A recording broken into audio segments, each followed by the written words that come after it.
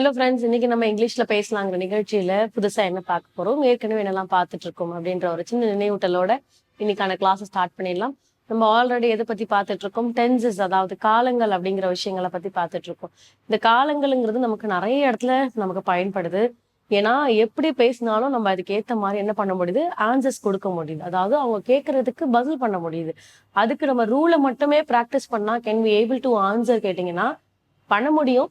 But ஆனா ரூலுங்கிறது எல்லா இடத்துலயுமே கொண்டு போக முடியாது. ஸோ நீங்க ரூலை எப்பவுமே ஒரு கேரி பேக் மாதிரி கையிலேயே கொண்டு போறது இட் இஸ் நாட் குட். அதுக்கு ஏற்ப அப்ப நான் என்ன பண்ணணும் மேம், நான் அப்ப எனக்கு எப்படி பேசணும்னா டு கெட் ப்ராக்டிஸ். ரூலுங்கிறது it's like to trying to help you the way out, அவ்வளவுதான். இப்போ ஒரு வழிகளை கண்டுபிடிக்கிறது, ஒரு டெஸ்டினியை கண்டுபிடிக்கிறதுக்கு if you are using a map அப்படின்னா shall not able to carry the map in all the area. So ஒரு தடவை போகும்போது இல்லை சேம் ஏரியாக்கே ஃப்ரீக்வெண்ட்டாக நீங்கள் கொண்டு போகணும்னு அவசியம் கிடையாது. ஒரு தடவை நீங்கள் போறீங்கன்னும் போது you want to get know the point of ways, directions அந்த பாயிண்ட் ஆஃப் வேஸ் தெரிஞ்சிருச்சுனாவே அதன் பேஸ் பண்ணி நீங்களே அதை ஃபாலோ பண்ணி போய்க்கலாம் இல்லையா. ஸோ அப்போ தர் இஸ் அ ரூல் அப்படிங்கிறது it's a one way of point. இந்த ஒன் வே ஆஃப் பாயிண்ட் தான் உங்களுக்கு என்ன பண்ணுதுன்னா கரெக்டாக உங்களுக்கு ப்ரொஜெக்ஷன்ஸ் கொடுக்குது. ஸோ இதுதான் உங்களுக்கு டென்சஸ் அப்படிங்கிறதுல வரும். இந்த டென்சஸ்ல பாசிட்டிவ், நெகட்டிவ், இன்ட்ராகேட்டிவ்ஸ் நீங்க டிஃப்ரெண்டா கொடுக்கலாம். ஆனா நீங்க பாசிட்டிவ், நெகட்டிவ், இன்ட்ராகேட்டிவ்ஸ் நீங்க கொடுத்தாலுமே எப்படி என்ன வாக்கியத்தை கொண்டு போகிறோம் அப்படிங்கிறது தான் ரொம்ப முக்கியமான ஒரு விஷயமா இருக்கும்.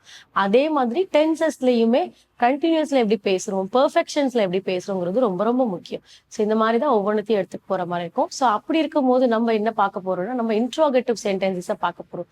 ஏன் மேம் நம்ம வேற எதுவும் பார்க்கலையா, ஏன் பாசிட்டிவ் பார்க்கறதுக்கு முன்னாடி இன்ட்ராகேட்டிவ் பார்க்க வேண்டாமான்னா நம்ம ஆன்சர்ஸை நல்லா ப்ரிப்பரேஷன் பண்ணிட்டோம்னா அந்த கொஸ்டின்ஸ் எப்படி வந்தாலும் நம்மளால என்ன பண்ண முடியும், வி கேன் ஆன்சர். எப்படி கொஸ்டின்ஸ் ஃபயர் ஆனாலும் we can able to answer it, இல்லைங்களா.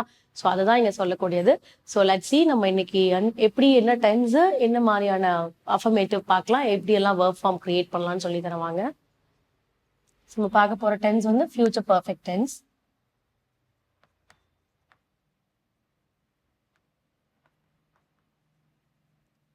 ஸோ இதுல எக்ஸ்க்ளூசிவா எதை பத்தி பார்க்கறோம்னா இன்ட்ராகேட்டிவ். இன்ட்ராகேட்டிவ்னும் போது which is indicate a question mark. Okay.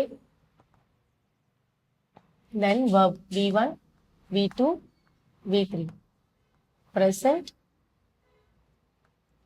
past, past participle. So the verb is ready. So verb எடுக்கிறது குக் அப்படின்னு எடுக்கிறேன். குக் அப்படின்னா சமைக்க. V2, V3 cooked. குக்டு அப்படின்னா குக்டும் போது சமைத்த இல்ல சமைத்தது. குக்கு, குக்டு, குக்டு அந்த மாதிரி வரும். ஈடி சேர்த்து சமைக்க, சமைத்தது, சமைத்தது அப்படிங்கிற மாதிரி. So verb ready, subject,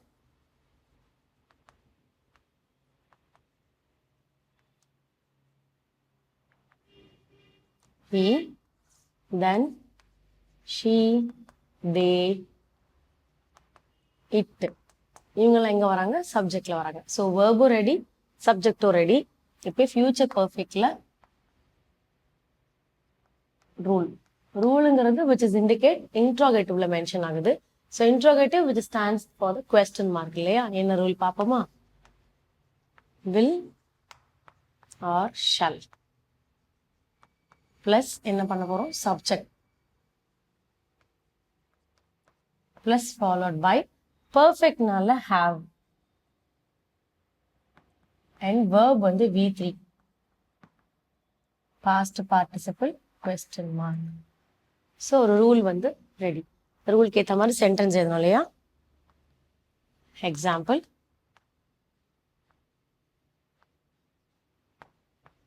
will she have. V3 cooked. So will she have cooked அப்படின்னா அவள் சமைத்திருப்பாளா அப்படிங்கிறதா. இதை எக்ஸ்டெண்ட் பண்ணனாலும் நீங்க எக்ஸ்டெண்ட் பண்ணலாம். So will she have cooked the dinner அப்படிங்கறத நான் சொல்றேன்.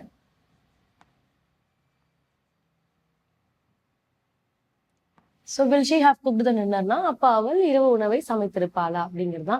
இதை நீங்க இன்னும் எக்ஸ்டெண்ட் பண்றீங்கன்னா நீங்க எக்ஸ்டெண்ட் பண்ணிக்கலாம். ஸோ எப்படி எக்ஸ்டெண்ட் பண்ணலாம்? பிஃபோர் வி கெட் ஹோம், நம்ம வீடு திரும்புறதுக்கு முன்னாடியே அப்படிங்கிற மாதிரி சொல்லலாம். இல்ல ஆஃப்டர் தட், இல்ல ஆஃப்டர் த ஃபங்க்ஷன், இந்த மாதிரி அக்கேஷன் ஏதாவது நீங்க மென்ஷன் பண்ணிக்கலாம். ஸோ அப்போ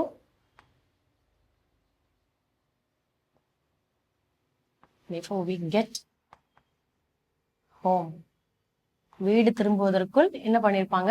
சமைச்சிருப்பாங்களான்னு கேக்குறாங்க. சோ இதை எழுதுவோமா?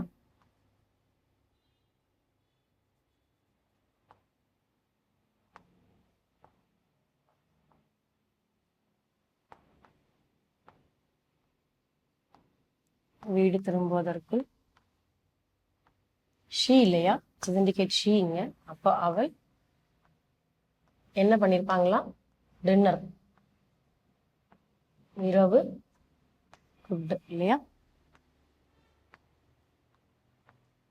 குக்னாலே விச் இஸ் ஃபார் ஃபுட் தான் இல்லையா? ஸோ அப்போ இரவு உணவை குக் வரும்போது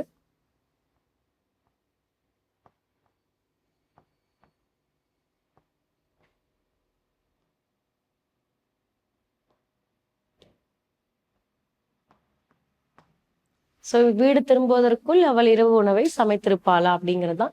ஸோ அப்போ பிஃபோர் ஷி குட் அரைவ், அவங்க வீட்டுக்கு வரத்துக்கு முன்னாடியே ஃபுட்டு வந்து அவங்க குக் பண்ணியிருப்பாங்களான்னு கேட்குறாங்க.